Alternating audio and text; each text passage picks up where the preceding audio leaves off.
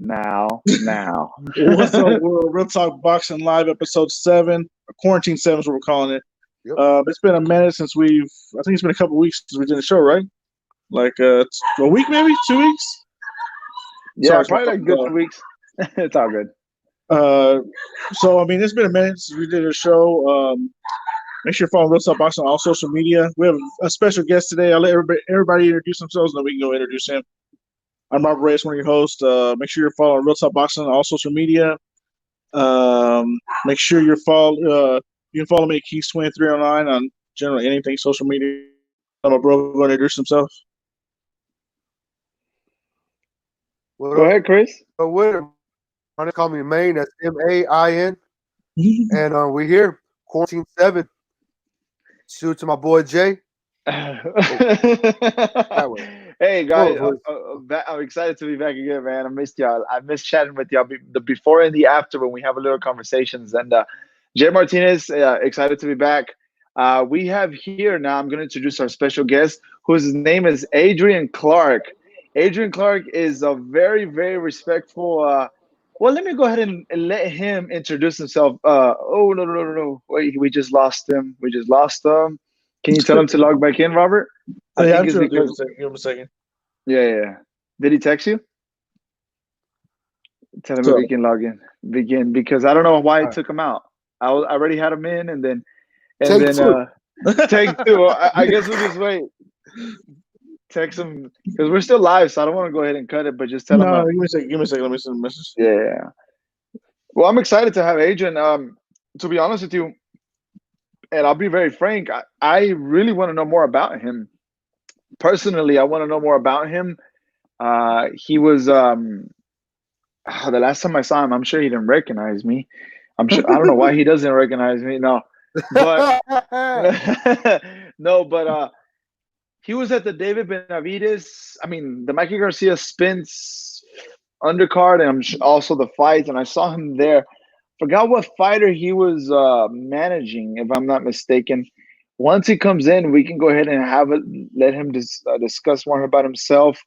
So I was telling you, Robert, and I mean, if I'm not mistaken, Robert, you can correct me or Chris. I mean, he's very. Oh, there he is. Yes, please. I hope he doesn't get mad at me. I didn't take him out. I don't think I took him out. Okay, there he is. Adrian, welcome back again, bro. I don't know I'm gonna blame it on Robert. That was Robert's fault. Yeah, I was gonna blame Robert also, bro. Blame it on Robert. Adrian, go ahead and introduce yourself, man. I'm excited to have you part of the show. I've been itching to know more about you, learn more about you. Like I always tell my students, and with me and Robert, Chris, when we discuss you never can stop learning. So I'll go ahead and introduce yourself, man. I got a long introduction. It don't matter. We got a long day. We're all locked up. We're all locked up. Shit, man. Retired boxing manager. I was boxing manager for about 9 years. Author of 4 books. Forbes 30 under 30. When I was under 30, I'm 33 now. But back in 2016, I was on the Forbes 30 under 30 list of top sports professionals in the industry. Currently, I just signed a television network deal to be a part of the Fight Network in Toronto, Canada. So I'll be hosting the show titled Protect Yourself at All Times, which is something that I created in 2016 to help educate and inform amateur fighters and professional fighters on the nature of the boxing business. Yeah, that's pretty much it in a nutshell, man. Sounds like a great resume, it sounds like. Not a great resume. It's a phenomenal resume, and it still hasn't stopped. So that's a phenomenal resume, man. Something to be very, very proud of. Thank you so much, man. Thank you. So first thing, what got you into, like, when you started in the boxing? What made you? Did you enjoy boxing as a kid, or?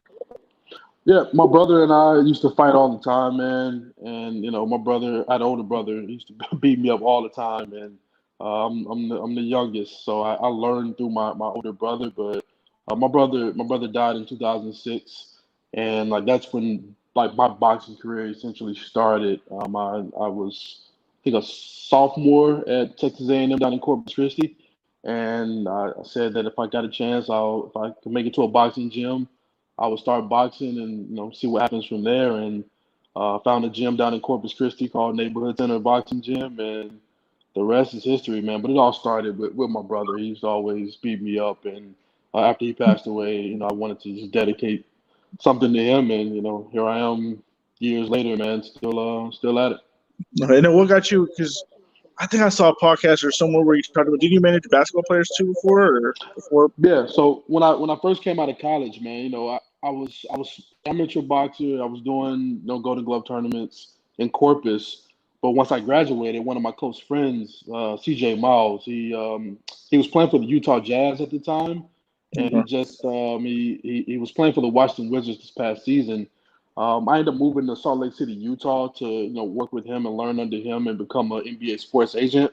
It's just boxing just kept pulling me back, man. Like every guys remember me from the amateurs, and they saw I was working with an NBA player. So everyone needed help or needed advice as far as contracts goes.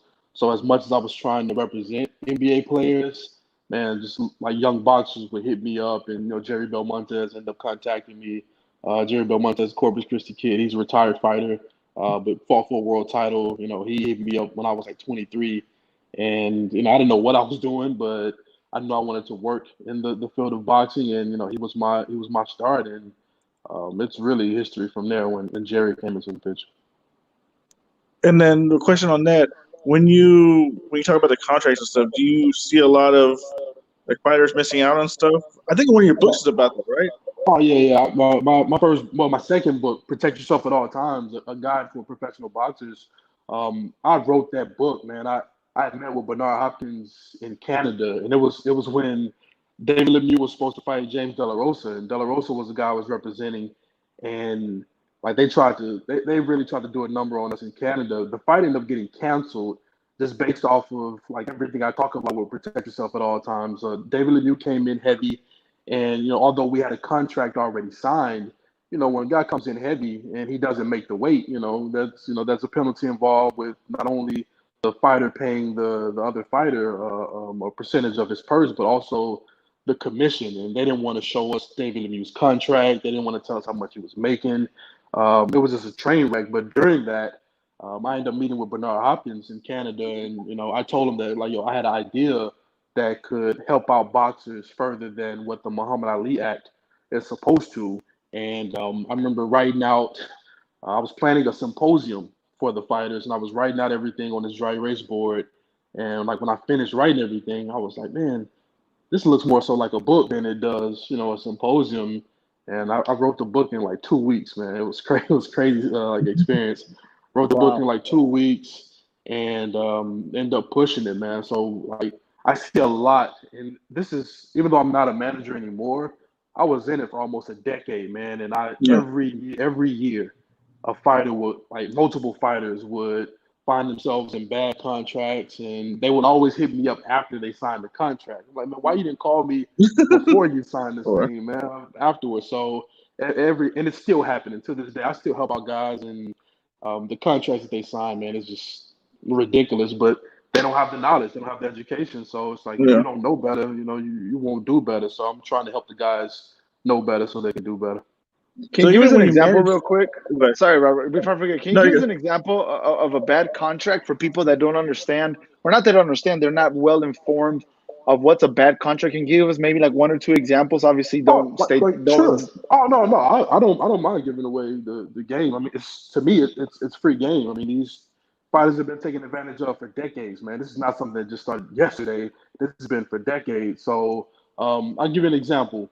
Um, Peter Thiel is one of the first angel investors of Facebook, and he invested $500,000 into Facebook. And for a $500,000 investment, he received pretty much 10% of ownership of Facebook. So $500,000, that $500,000 brought him 10% of ownership of Facebook. So when you take a manager, someone that essentially, especially for some of these young fighters, your manager essentially becomes an early investor in your career. So if he's not a guy or she's not a woman that has connections in the industry, then maybe they have the money for you to focus on just boxing. So you don't work and you're just boxing. So let's say if a manager comes along and it's like, hey man, I'll give you a stipend of $1,500 per month to help you out with your bills so you can focus on boxing. even even if the contract is 3 years, that still doesn't equal up to over $100,000 investment as far as a boxer goes. So from my standpoint, if you're hiring a manager, keyword is hiring. If I'm hiring a manager to work for me, and if that manager is helping out as far as their finances go, I'm gonna give you guys both sides. I do believe that the manager deserves a little bit of higher percentage if they're putting in money to help out the fighter. But at the same time, 33%. If you're a fighter out there and you're paying a manager 33% of your purse, and then you have to pay your trainer 10%. Sometimes you're paying your cut man 2 to 3%. That's almost 50% of your money. And as far as like the investment goes, what they're putting into you financially to help you pay your bills. As far as business goes, that transaction does not make sense. So essentially, they own because they're getting money out of it. They own 33% of your company for a very very light investment, man. So what I try to tell guys is like if you're paying someone, if you're paying them to do a service, you don't need to sign a contract under them where you can't fire them for 3 to 5 years. It should not go that way. It should be more so. It should be an agreement to where if the manager can leave when he wants to, you should be able to leave if you want to, as long as you don't owe that individual any money. But like that's just one example. Another example is like there's a clause in every contract called rights to assign. And most people skip over that clause, which is probably one of the most important clauses in a boxing contract, in any contract. If the manager whose job is to work for you and to get you opportunities and to get you fights or whatever, and you sign a contract under them, if you're a talented fighter, you have some promise to you. If they have the rights to assign, that means a guy like me. You know, if I have a lot of money and it's like, yo, I like that fighter, I'll give you $100,000 for that contract.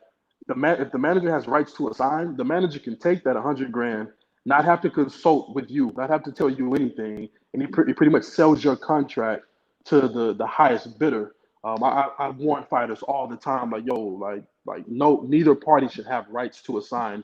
You should be able to sell your contract to someone else without allowing the manager, like letting him know, and then the manager definitely should not have the right to sell your contract to someone else without you even knowing, man. So there's different clauses. Those are usually rights to assign is when I always go over, and then the percentages of how much they're paying. You know, I always like to talk to guys about that, but I can go down the rabbit hole even deeper when it comes to that. But those are just really two that I always tell guys to watch out for. Is there any fighter that you missed out on to manage? Yeah, Regis Program. Yeah, Regis Program. Yeah, yeah. I met with him. I met with him one day in Houston. He used to actually train my goddaughter, and he was a trainer at Title Boxing.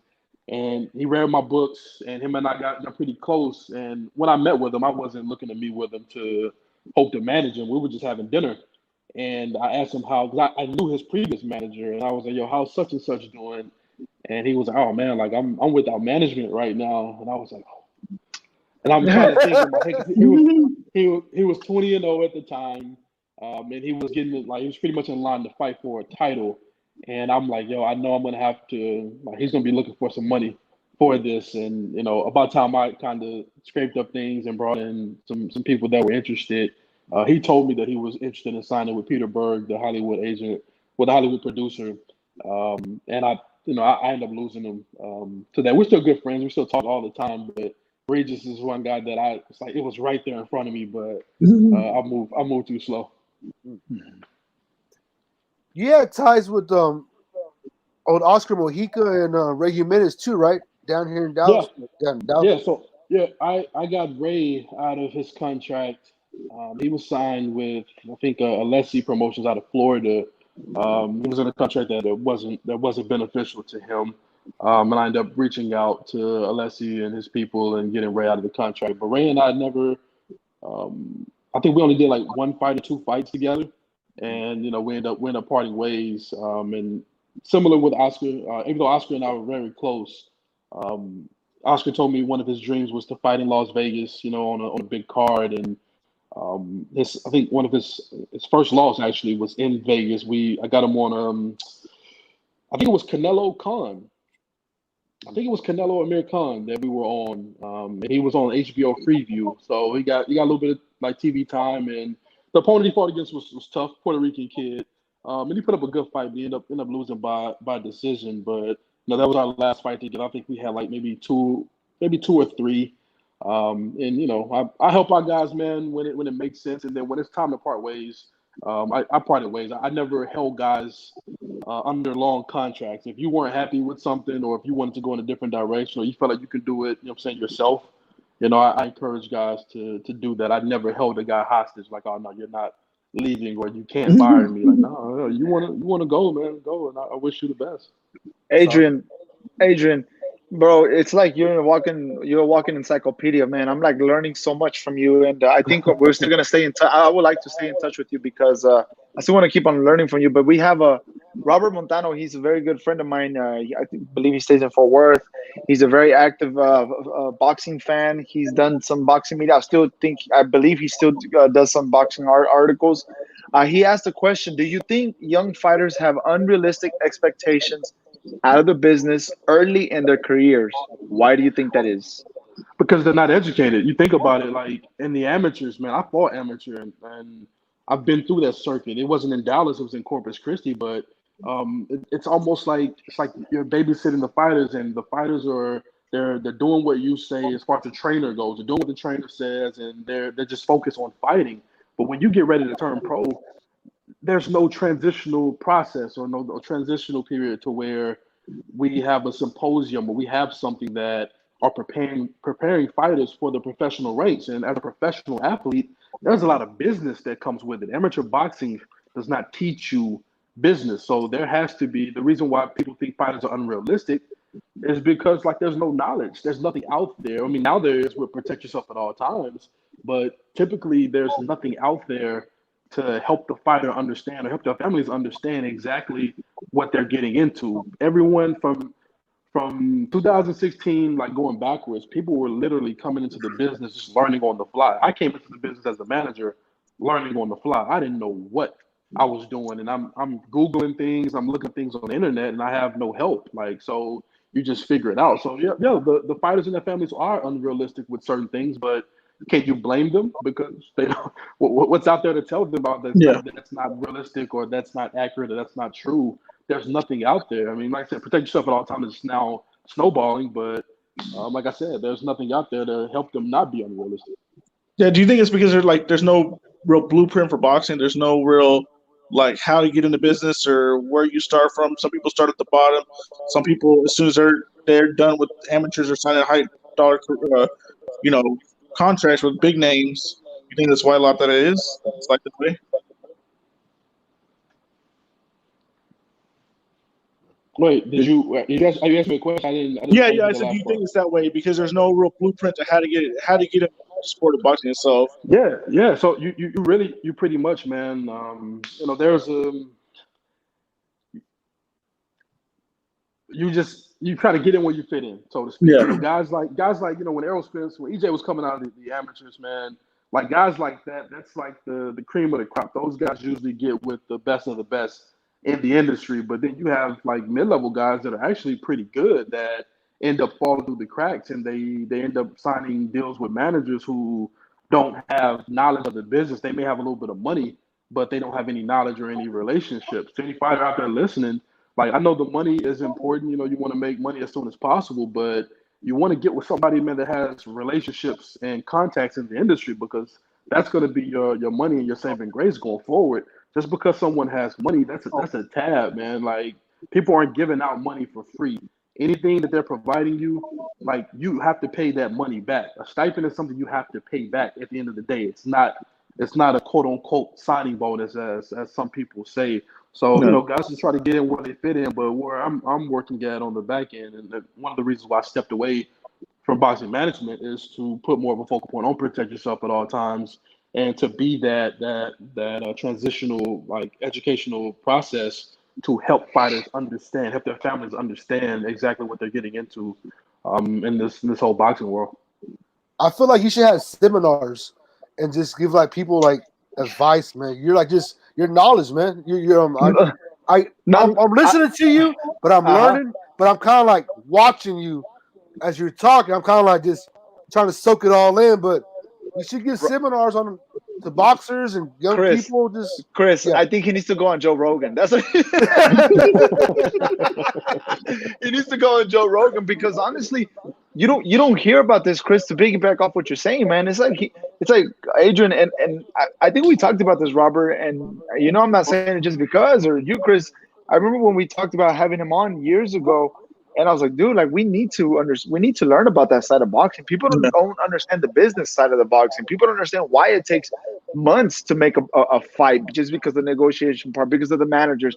When a fighter says, you need to speak with my manager, there's a reason why. Now, right. I mean, dude, like it's just so much. So I'll go ahead. I'm sorry, Chris. So I think you need to be on Joe Rogan or open your own podcast.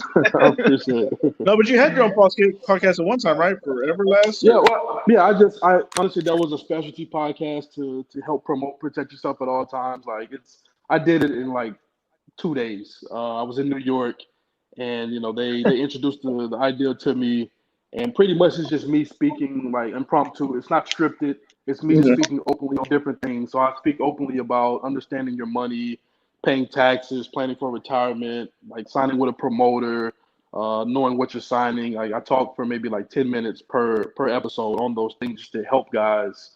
I usually have so much on my plate, man, where I'll do something. Like I actually forgot I had a podcast, so you just mentioned that I do have a podcast on Apple. But something I did for Everlast, and it's something that we help promote not only their brand but also the Protect Yourself at All Times brand. But to me it's out of date because some of the things I did it back in 2017. Some of the things I spoke on aren't really relevant to today, so I'll probably have to do that podcast over again just to further inform people up to date. Adrian, real quick, Adrian. Sorry, Chris. Don't be mad at me, Chris. No, but Adrian, help me understand this part. A fighter makes X amount of money. Let's say Adrian Broner, right? Let's just talk about him. He makes $10 million on Saturday night because he fought Manny Pacquiao. How does he? What is the way, or what does he do to make sure that you still have to pay? And correct me if I'm wrong. He has to pay 40% of the taxes, right? And then he still has to pay his trainers, his coaches, his meal, all the cut man, everything. How does he, or how do you help a professional fighter not take almost half of what he made for a fight? Because it is extremely true, and I believe it because I've been around professional fighters, and I still am. And Robert and Chris know it, and we're always around it. They are the one busting their tail, waking up at 5 a.m, doing those miles, then working out back again at night, doing 2 a days and all that good stuff. So how does a fighter get to keep less than 40, or instead of not giving 40% of his check to taxes, how does he manage that part? The taxes part, you can't escape taxes. Yeah. Like that's going to be there. Like Uncle Sam is going to be there, and he wants all of that. So for that, I always tell guys like, look, bro, I'm not a tax professional. I got to make sure I'm in line with making sure that I gave Uncle Sam everything that he needed from me. But I always refer guys to tax professionals when it comes to taxes. But it's something you can't beat. You can have write-offs, of course. So I always encourage guys. The first chapter of Protect Yourself at All Times book in the podcast is boxers are business owners. Like you are a business. Your name is your company. You get paid based off of who you are.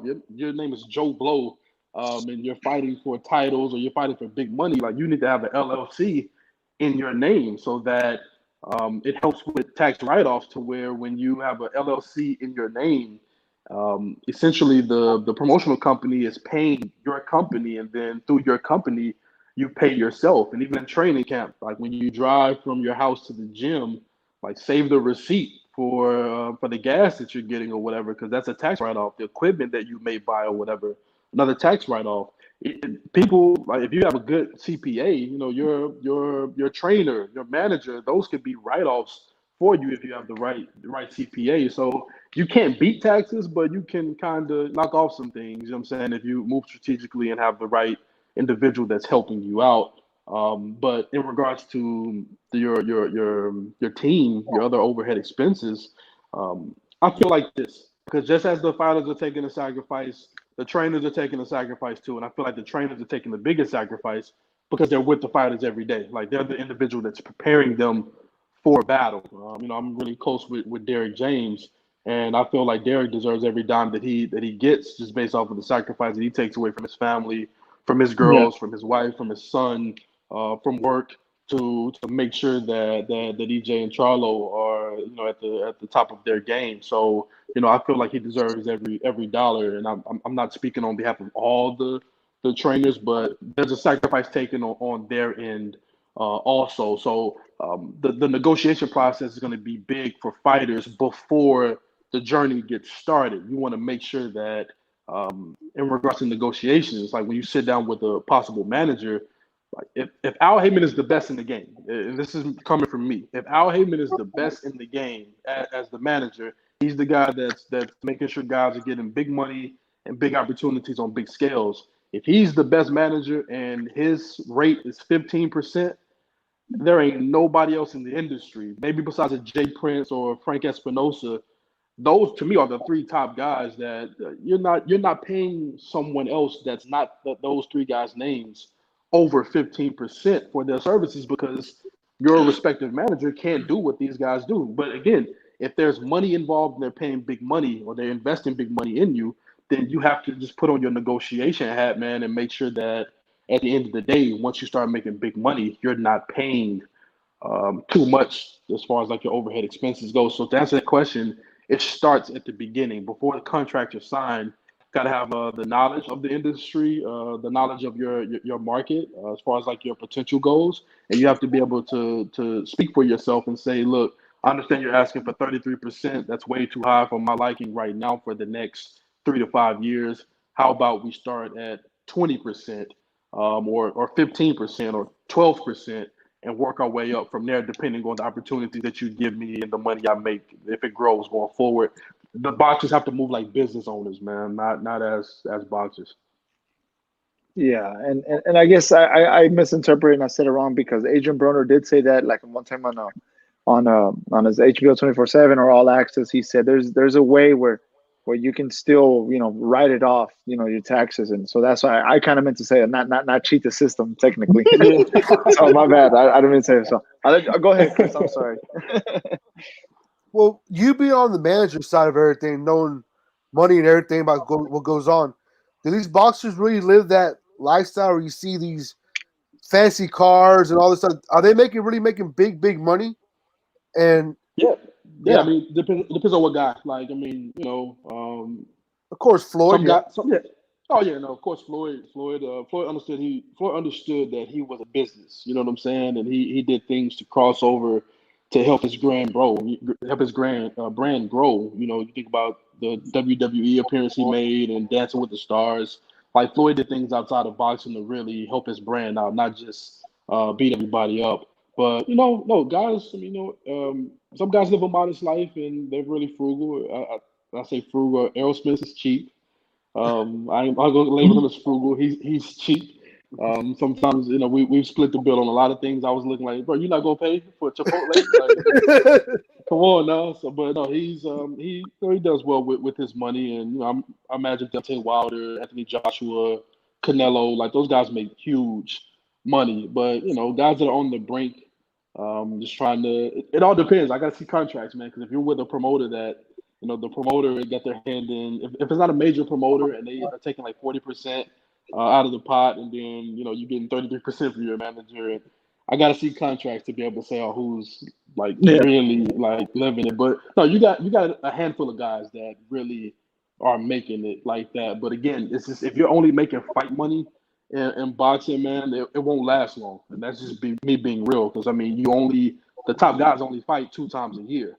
So unless you're Canelo Anthony Joshua, where you're clearing over, $10 million easily per fight, then if you're on the other side where you're maybe a $500,000 guy or something like that, and you're only fighting twice a year, those months where you're not fighting, I hope that you have some type of business or something that's bringing you money while you're not fighting. You have to diversify yourself and your funds to make sure that 10 years from now, you're not fighting anymore, you still have something. But no, I know some guys that they're getting it, but it's like getting it is one thing. We all can get it, but keeping it and growing it, that's the most important part, especially for a professional boxer. Growing it and keeping it, man, that's important.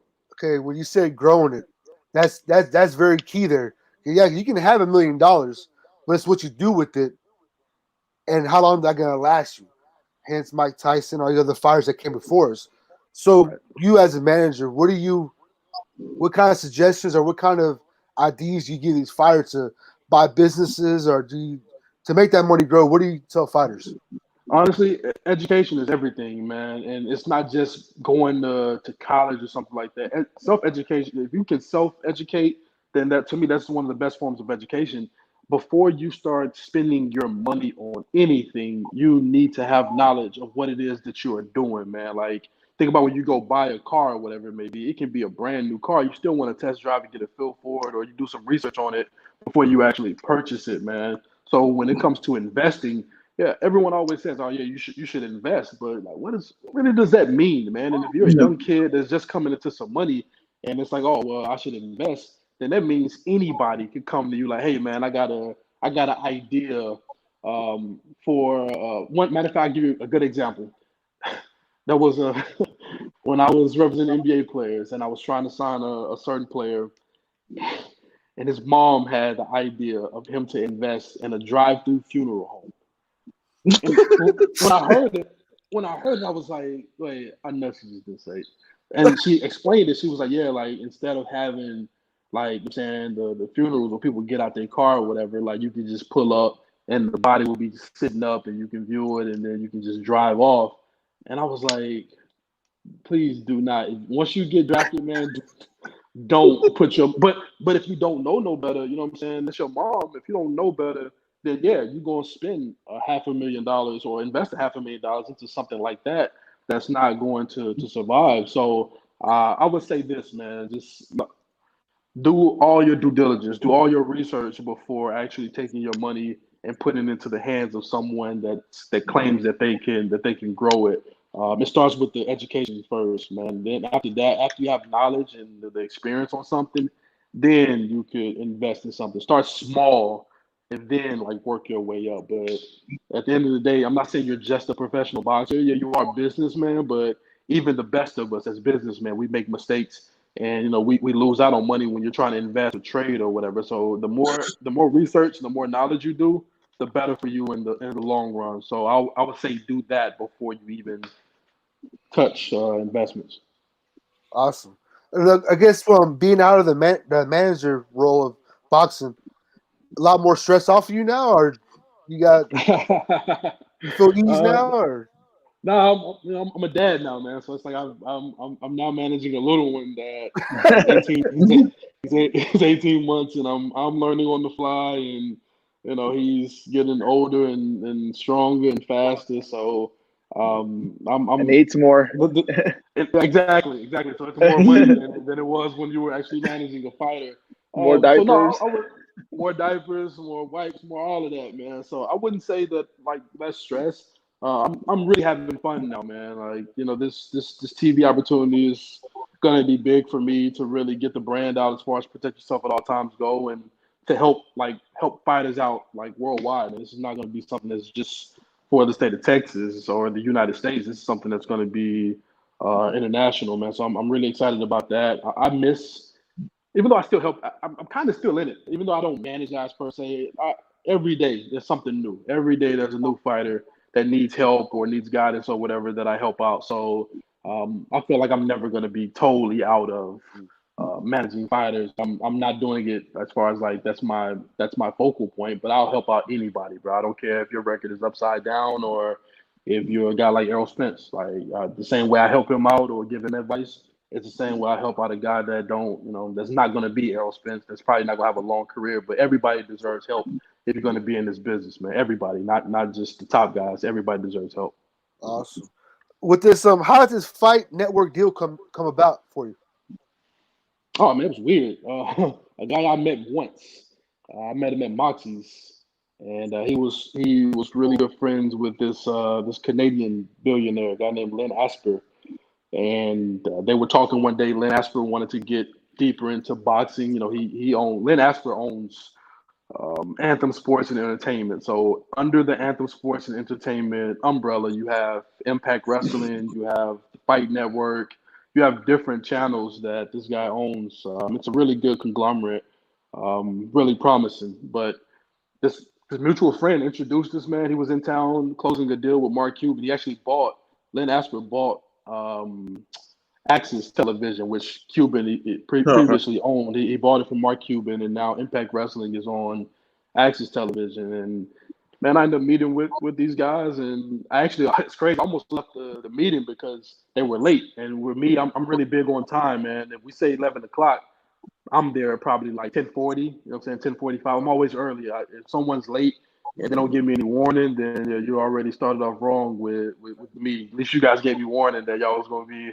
a little bit behind as far as like 20. So I appreciate that. But I was going to leave. I was at valet waiting for my truck.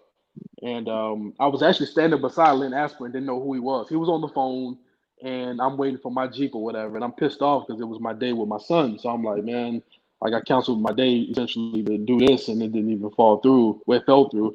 But I got a call from the guy that set it up, and he was like, yo, man, Lynn is outside taking a phone call. We're inside. We just got here. I'm sorry. Like, where are you at? And I happened to look, and it's like, okay, that's Lynn Asper. That's who I'm meeting with. And we went back inside, man, and it all fell into place. Even though he's a very wealthy guy, extremely down to earth, extremely knowledgeable of combative sports, and we met almost pretty much for like 6 months. I went to Toronto a couple of times to sit with him, and he came back to Dallas to sit with me, and we got a deal done, man, and it was magical. So I'm happy. It came at a bad time because I had just sold my sports management company. I sold AC Sports Management to a larger sports agency in Ballinger Group. So I sold to them, but I was also like working with the company trying to build a boxing division for them. And this network opportunity came like the tail end of my stint with Ballinger. So I had a choice to make, man. I was like, yo, I appreciate you guys, but I got to take this opportunity. So bittersweet, but I'm having fun, man, and I'm just enjoying myself. So what are you supposed to do there? Like, what do you? So my role is consultant. I'm a consultant to the owner and the general manager of the Fight Network.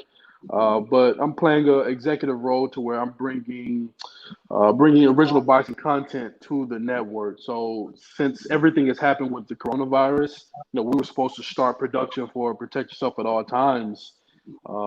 Actually in June, we were supposed to start in June, but with everything going on, like we pushed everything back to July. I have 2 shows to film in Corpus Christi, one in San Antonio, one in Los Angeles, which we're gonna have to wait on Los Angeles to really open back up, and then I have a few episodes to film here in Dallas. So we're pretty much waiting on that.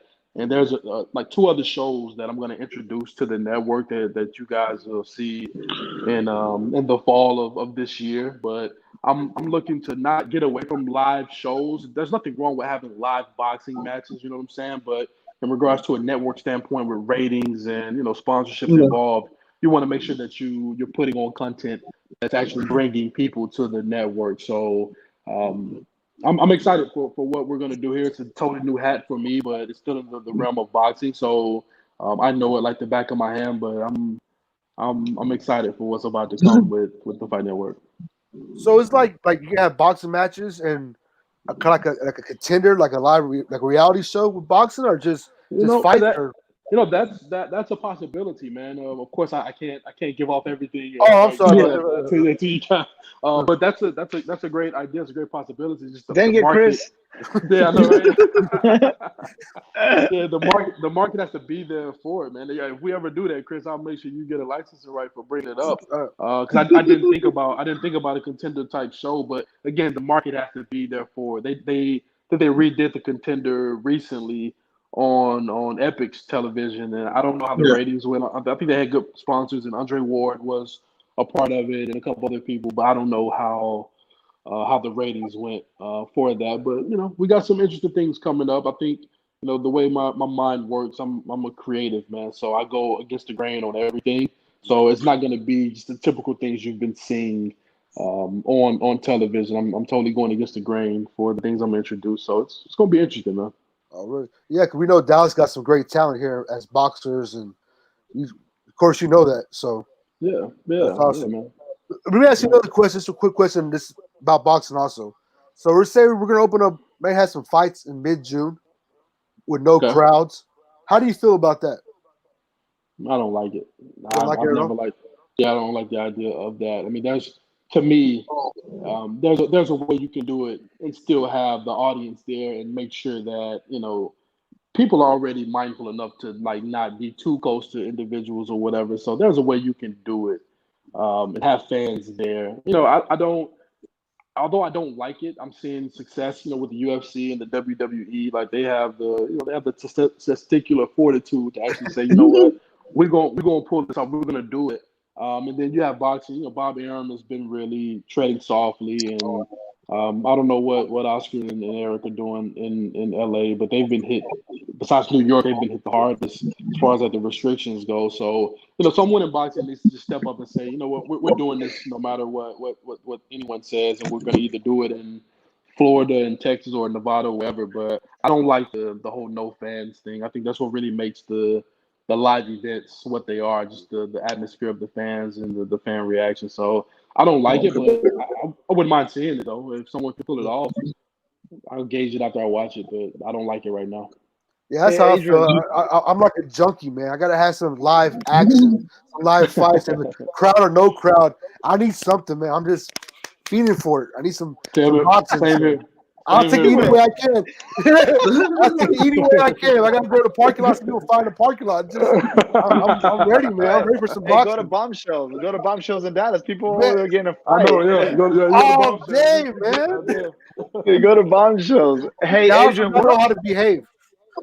how, how, where are you living at right now, man? Like, it sounds like you're I always live. everywhere. Are you always here in Dallas, or are you Yeah, just? I live. Yeah, I live in Plano. Oh, okay, all right. I live in I Plano. thought I I'm thought out. so. I'm out the way. I'm close enough to get there, but I'm far enough away where I'm kind of hidden or whatever. I always say like I'm like Al Heyman, man. I'm totally out the way.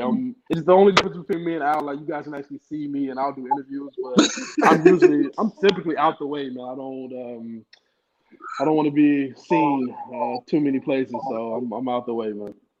Why is that? Why is that? Just. What's the reason behind it? And there's nothing wrong with it. Uh, There's nothing wrong with it. It's like it's the some people their recharge is being around other people. They love being around other people and they feed off the energies of other individuals. Man, with my industry, the business that I'm in, I'm always around people. So my recharge is being by myself and being in my own thoughts in my own house, and then just kicking it with my son. That's my recharge. So I like being out the way. Just because that's my recharge. Because aside from this coronavirus thing, on an everyday basis, around people. I have to do business with individuals, or I have to receive someone else's energy based off of whatever. So when I don't have to, that's perfect for me to recharge. Man. Do you feel like this quarantine will affect boxing any or? Nah, nah. Like this break was I think good for everybody. Even though it came at a shock, and it's something that I feel like now it's like, okay, enough is enough. Like I want more. Like I need live sports at this point. I'm tired of watching replays of things I know the ending what's gonna happen. Like it spoils everything. So it's like no, I need live sports now at this point. I think everyone has learned a lot. You know what I'm saying, from social distancing to however you want to protect yourself. People that we get it now. So I think it's time to just really kind of open the floodgates and let people be responsible in their own right. We can't stay in the house forever. There cannot be, like live sports can't be kind of just like shelved forever. Like let's get everything back, going, man. So you had mentioned EJ a couple of times in this interview or this conversation we're having. So I guess you have close ties to EJ. So they're talking about the comeback fight is going to be Danny Garcia. That sounds pretty solid, right? To you? You think? Oh yeah, yeah. I mean, if anybody in Dallas, if you've been to the gym and you've watched EJ work out, or even if you've heard stories, from sparring partners or his work ethic, it's no shock to us. And I often say this to people that live out of town. I'm like, bro, if you ever been to the gym or this kid's work ethic, then it's no shocker that his comeback fight is against a guy like Danny Garcia or EJ just knows how to win, but his work ethic is just insane, man. So even though he's coming back from the accident or whatever, you'll see a little bit of probably a little bit of rust because he hasn't fought in a minute since Sean Porter, but I actually got him stopping Danny Garcia in the late rounds. I think Danny put up a great fight, like Sean Porter did. Like Sean Porter put up a hell of a fight against EJ, but it's like EJ just knows he gonna get you if you don't have nothing to keep EJ off your ass. He's gonna get you. So I don't see Danny with anything that's gonna keep EJ off of him. Maybe that weaving hook that he throws sometimes, maybe that'll back EJ up a little bit, but I'm pretty sure EJ's an Olympian, so he's a guy that he can come in and bang with you, what I'm saying, and stay in the pocket, but he's also a guy he showed against Garcia. Like he can stand outside and pick you apart if need be. So I think Danny will put up a great fight, but EJ is just he's a different animal. I think EJ's toughest fight is probably going to be, if they ever fight, it'll be Crawford because Crawford is so well rounded. You know what I'm saying? He's a very skilled guy. So I think that'll be probably EJ's toughest fight. But other than that, I don't see one person in the welterweight division that could stop this kid. So I'll love to see. Do you ever see that happening?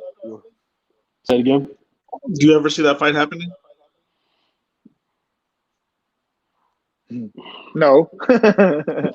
Yeah, it's just the business side of things. We spoke about it earlier. Just there's too much of a business in the way, and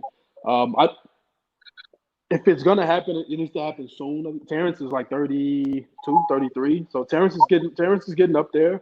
So is EJ. I think EJ is 30. So I would want to see it sooner than later. I don't want them both guys to be 35 years old and we're trying to watch this fight of two guys that are pretty much on the downside. I would want to see it in the next year or so. So as long as Bob and Al, they've worked together. They just did Wilder and Fury. So it's like it's not like they're not getting deals done. It's just EJ is PBC's cash cow and Terrence is Top Rank's cash cow. So you both guys are being careful, rightfully so. But it's time to make that fight. I want to see it soon, not later. So we'll see.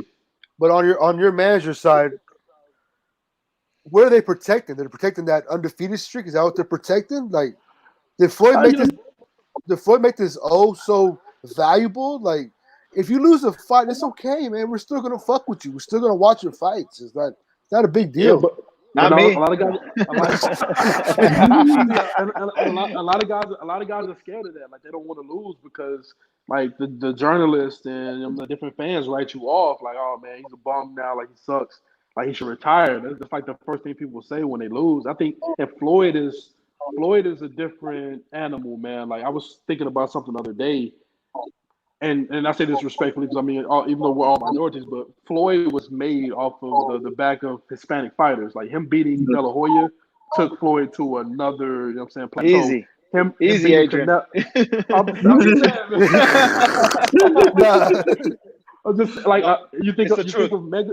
think of megastars in the sport, man. It was built off of beating Hispanic fighters. Manny Pacquiao. I think it was a weird term to say, but I think it was Larry Merchant called him the Mexicutioner or some shit like that. And I was like, damn, bro, that's kind of harsh. But he beat a lot of great, Mexican fighters. And the same thing with Floyd. If you take away De La Hoya, Canelo, even though Cotto is not as Mexican, but like Latin descent, you take those guys away.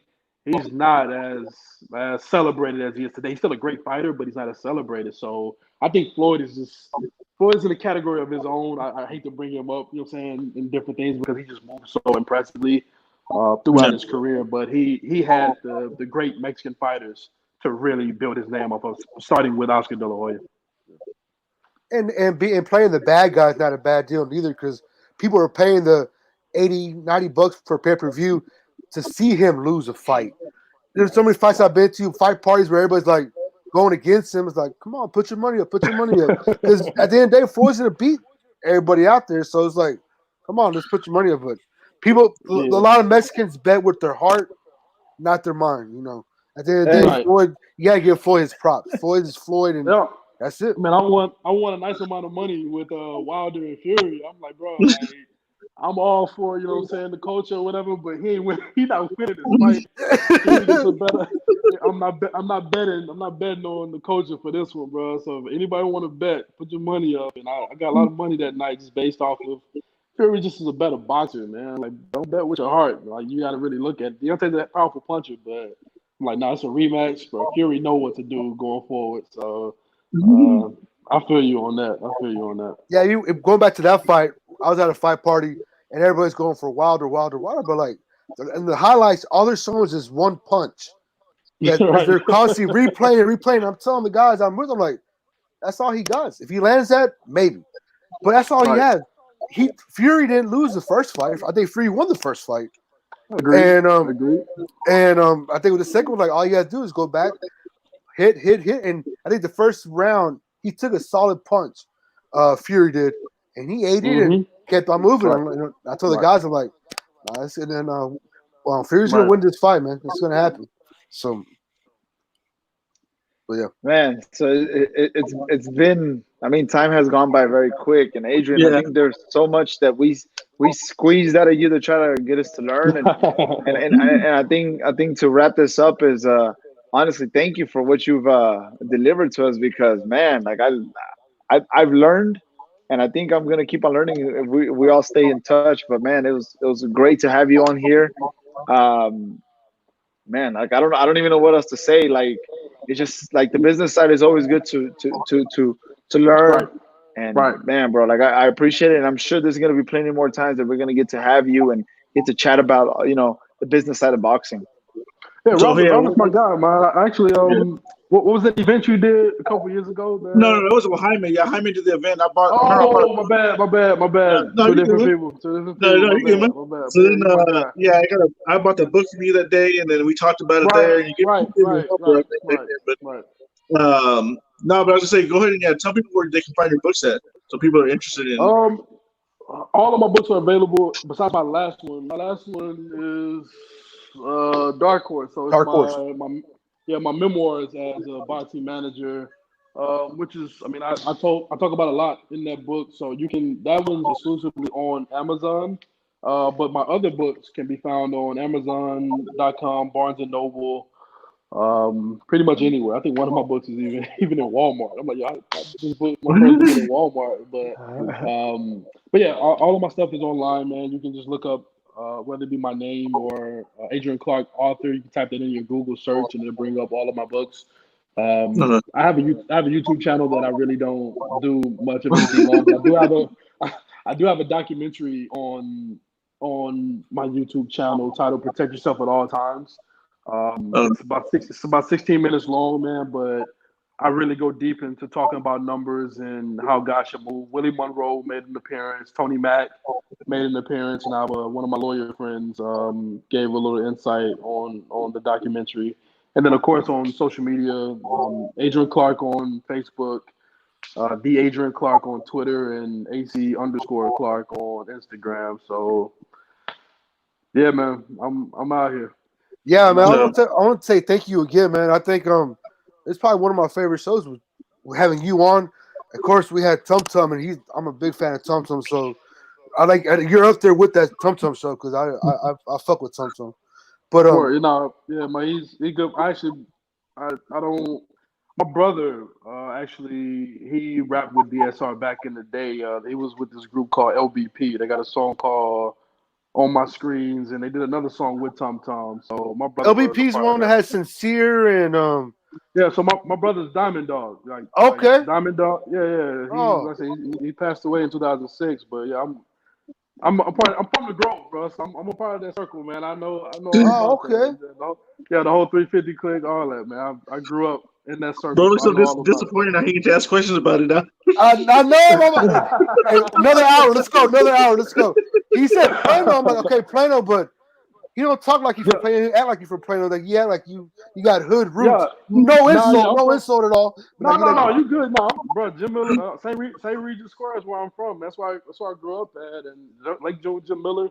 I went to John Island Elementary, went to John B. Hood. So I'm Grove to the heart, bro. So I know all them cats, man. So you said Tum Tum, like, yeah, my brother used to rap with them dudes, man. All right, yeah. Well, that's another show. We'll get into that another time.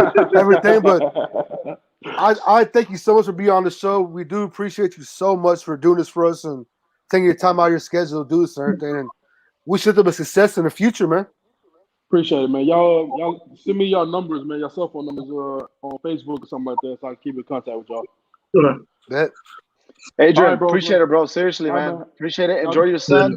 Have a good rest of your day, and I'll see you soon. I think I saw you, and I was gonna tell you what's up, but I was like, man, I probably he doesn't recognize me being Real Time Boxing. But you were at the Spence Garcia fight. I think you were there with I forgot what fighter you were you were with that day at the weigh-in and before all that. So I saw you there. Oh yeah, And yeah. I was just there, man. Actually, we did a deal like EJ has a glove deal with Everlast. So the guy you saw me with is a white guy. He's like the vice president of Everlast. So we actually were just there, like just on behalf of EJ, just supporting him. But yeah, should have came up, bro. I was probably sitting there looking crazy as always, just trying to stay out the way. But next time, come holler at me, man.